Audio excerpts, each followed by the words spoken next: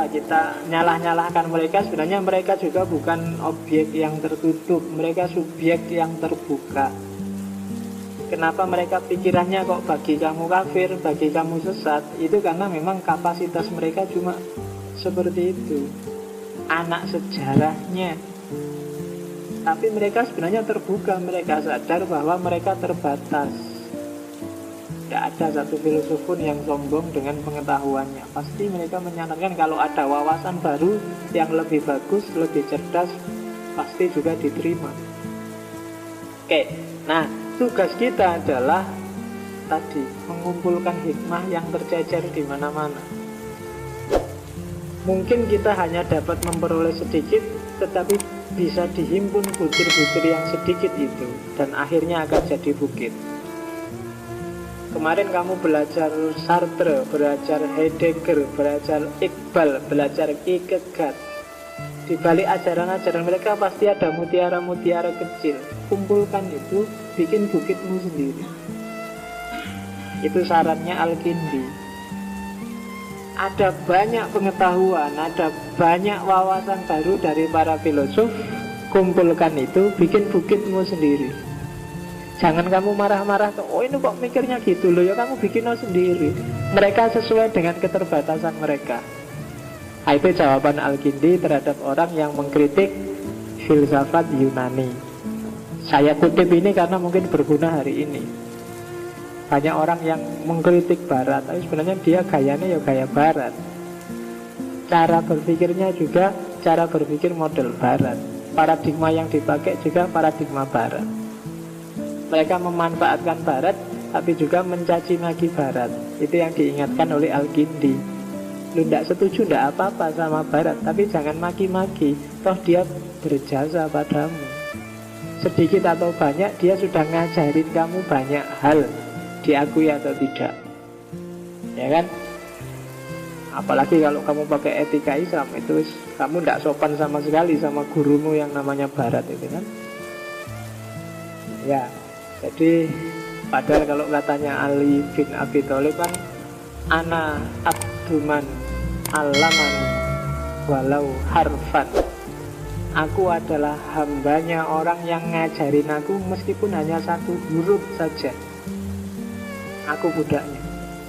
Oh itu kalau pakai itu, wah kamu jadi budaknya Barat sekarang.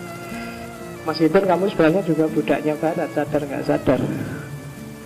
Oke, itu sarannya Al-Kindi.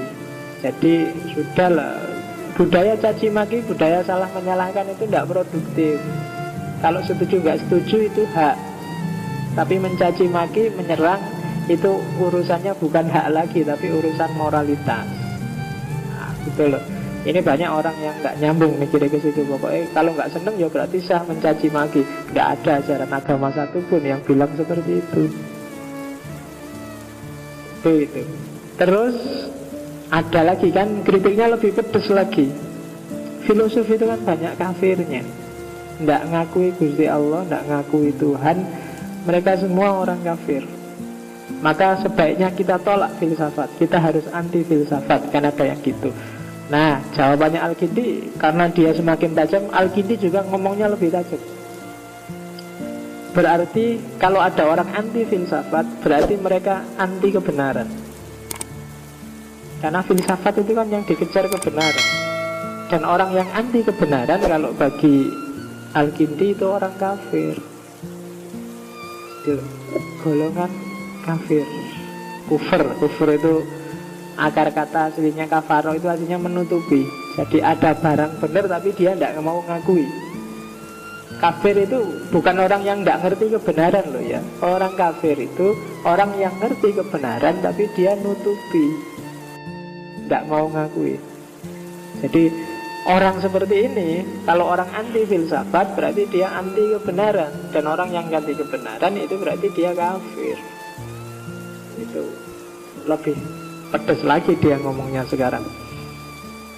Oke, dilanjutkan oleh Al-Kindi dengan logika bahwa kalau ada orang yang menolak filsafat, kalau kamu cermati, sebenarnya orang tidak mungkin menolak filsafat. Kenapa? Coba lihat.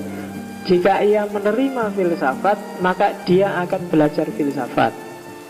Tapi jika dia menolak filsafat, dia juga harus berfilsafat untuk membuat argumen tentang kebenaran pendapatnya. Ya kan? Kalau kamu anti filsafat, kan kamu terus ditanya orang, dasarmu apa anti filsafat? Kan terus kamu bikin alasan. Ketika kamu bikin argumen, itu berarti kamu sedang berfilsafat. Jadi tidak bisa orang anti filsafat. Oke.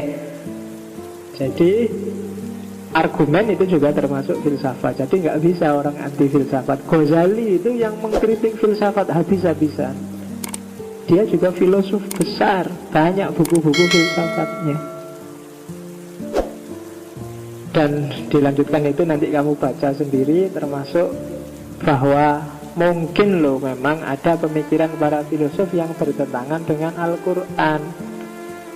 Tapi ya tidak apa-apa. Bertentangannya tidak selalu dengan Qurannya, tapi biasanya dengan pemahamannya orang terhadap Al-Quran. Maka yang bertarung bukan Quran dengan orang, tapi sebenarnya tetap orang dengan orang. Quran bisa ditafsir, bisa ditakwil, pemikiran juga bisa diubah-ubah, dialogkan lagi. Kalau terasa ada pertentangan antara agama dan filsafat. Dan memadukan antara agama dan filsafat inilah proyek besarnya Al-Kindi. Jadi kalau kamu hari ini sudah menerima filsafat dan dengan santainya ngaji filsafat, di kampus-kampus ada mata kuliah filsafat, termasuk kampus-kampus Islam, di pondok-pondok orang ngaji mantek, ngaji usul fikih, ulumul Quran, ulumul hadis yang itu basisnya filsafat, itu sedikit banyak sebenarnya jasanya Al-Kindi. Kamu harus kirim Fatihah tiap hari pada Al-Kindi. Ya kalau di pesantren kan gitu. Oke.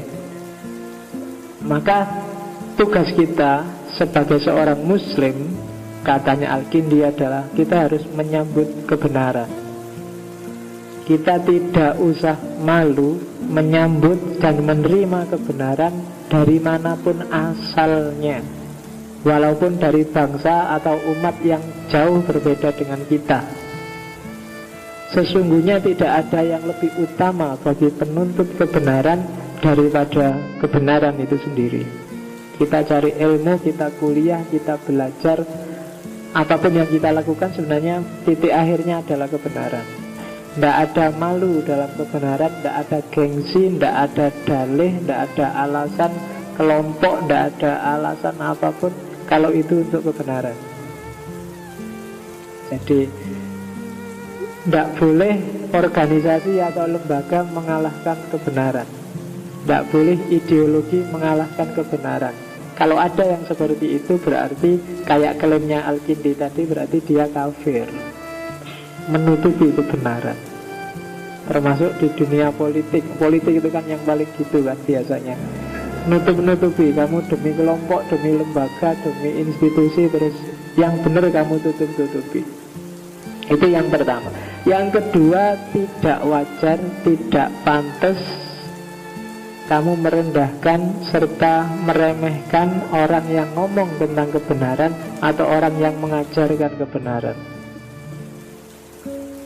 Siapapun dia, di level apapun dia, dari kelompok apapun dia. Kalau ada penuntut ilmu, penuntut kebenaran, jangan sampai kamu rendahkan atau kamu lecehkan. Termasuk yang dari barat, termasuk yang dari kelompok berseberangan dengan kamu, termasuk dari orang yang kamu caci maki tiap hari. Jangan salah, kebenaran dan ilmu itu cahaya dari Allah. Jadi